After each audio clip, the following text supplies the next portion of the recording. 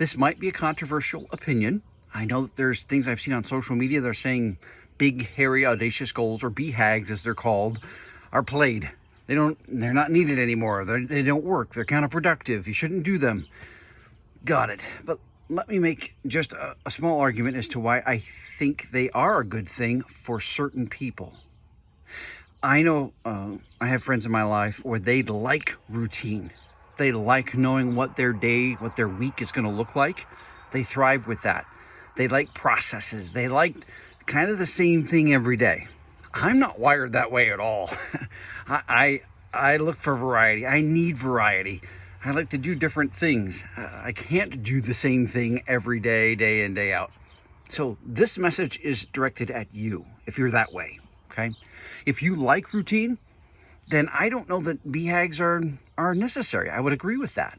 On the other hand, if you're a person like me who's an idea person, who likes variety, then I think you should have them. And here's why. If you're going to write down highly specific goals in your life, things you really want to achieve, then I think they ought to stretch you a little bit. I think they ought to be a little scary, a little stunning, because when you are hesitant to share them with other people, then that could be a sign that it is something that's a BHAG, that's a stretching goal.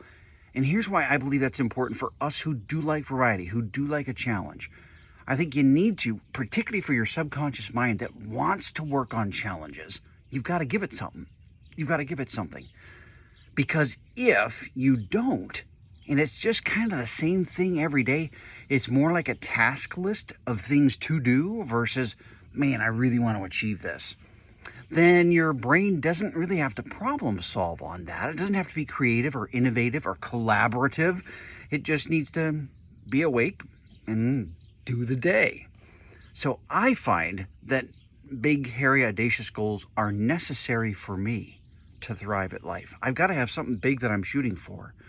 Something bigger than myself, something that requires effort and consistency and diligence, but also creativity and innovation in order to achieve it. And if you're the same way, that's what I recommend for your highly specific written goals, that they be a big, hairy, audacious goal.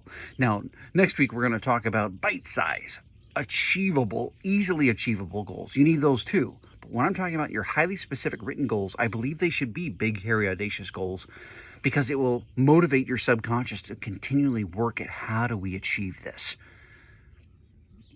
My opinion, if you're wired that way, write down highly specific, big, hairy, audacious goals, and then just take one step at a time to get those things done.